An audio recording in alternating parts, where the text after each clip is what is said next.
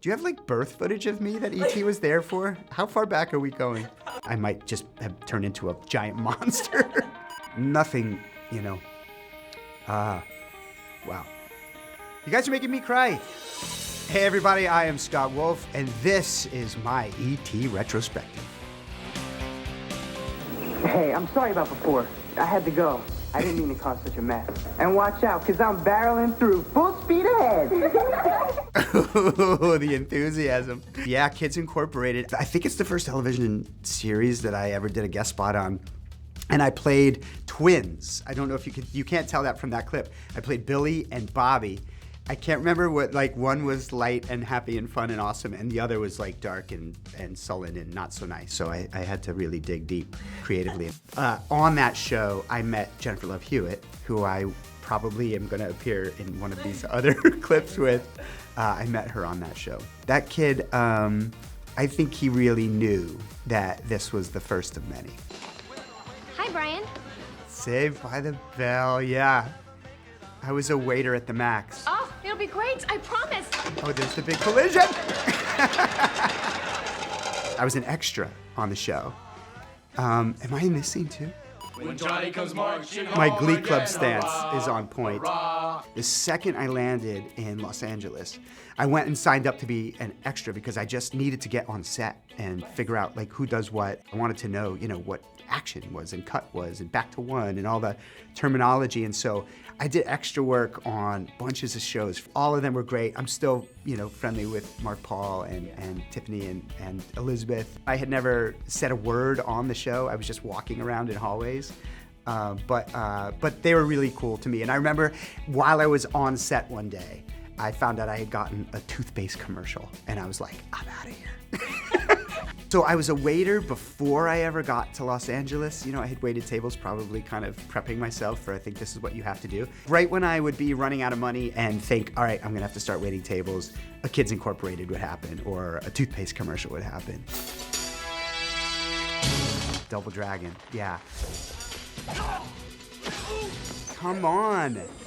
I wanted to do as much of my own fighting as they would let me do. I did do a lot of my own fighting. They were kind of surprised with how much of my own fighting I was able to do.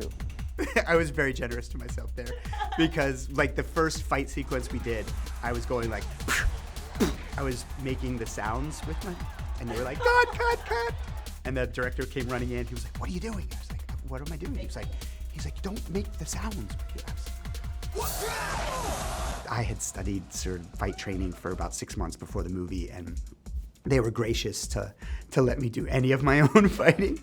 But wow, that is a blast from the past. I thought Party of Five was the first time I had done an E.T. interview, but my roots at E.T. go back further than that. Double Dragon took place in the future, which was 2007, which is like 20 years ago. It's so insane. What are you gonna do? Take a year off so you can get pregnant again? What? Yikes. Yeah, this was the intervention episode. If somebody responds to what I'm doing on the show, then that's great. You guys are up for best show, right? Best drama? It's a great honor to be in that group of great quality television. This is making me emotional too. It was a really special time. When Party of Five began, we were this endangered show. It was slow to build an audience, and thank God Fox and the leadership there believed in the show. But we didn't know. TV Guide put us on the cover as the best show you're not watching, which was this like kind of cool and painful compliment, right? And I see in that kid there, you know, just this like belief in what he was a part of, you know. I think we all just so believed in the story we were telling and what we felt like making it.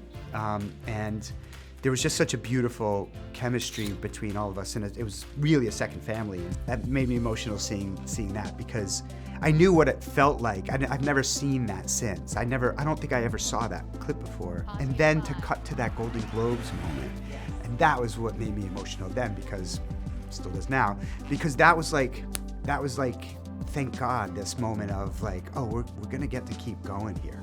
And when we won, it was literally, you know, Blair Underwood, I'll never forget it, Blair Underwood was the co-presenter for our award category.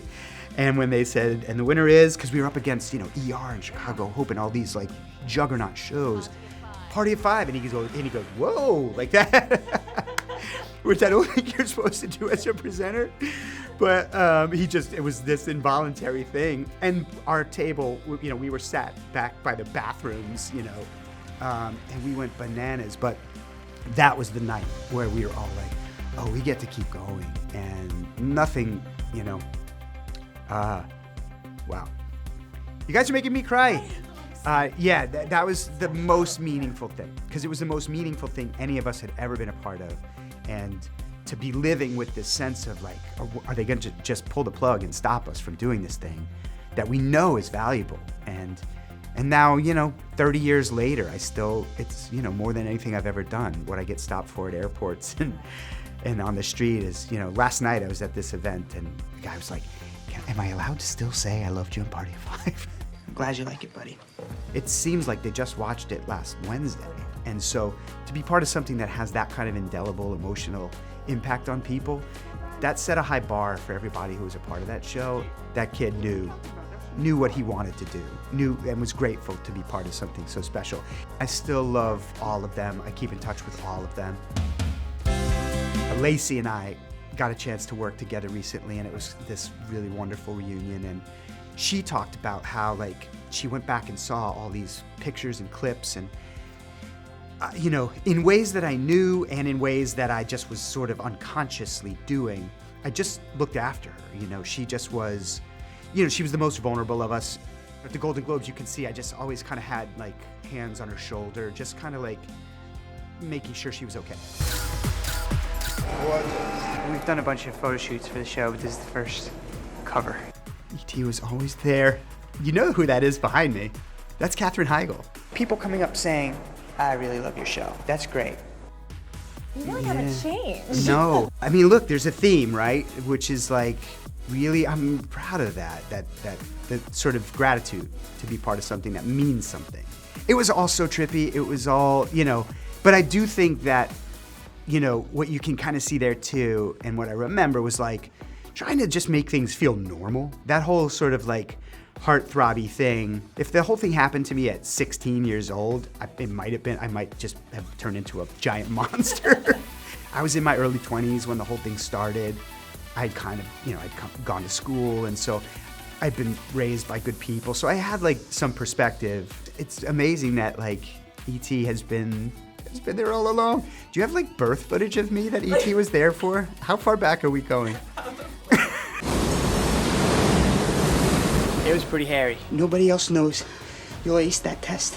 This was one of my favorite experiences of my whole life. Really? Let alone my work life, yeah, making this movie. We basically spent 4 weeks shooting in a tank in Malta.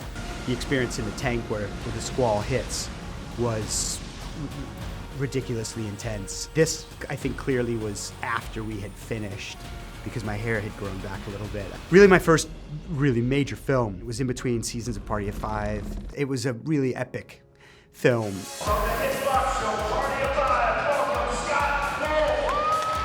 The kid can skate. I love playing hockey. I played a couple years in high school, but then there were a few different charities that I supported. They would do these celebrity hockey games, and anytime I got invited, I jumped at the chance. Bobby Orr was like my all-time idol. I scored a goal, and I got to like give him a high five, and I was like, somebody shoot me now. I've peaked.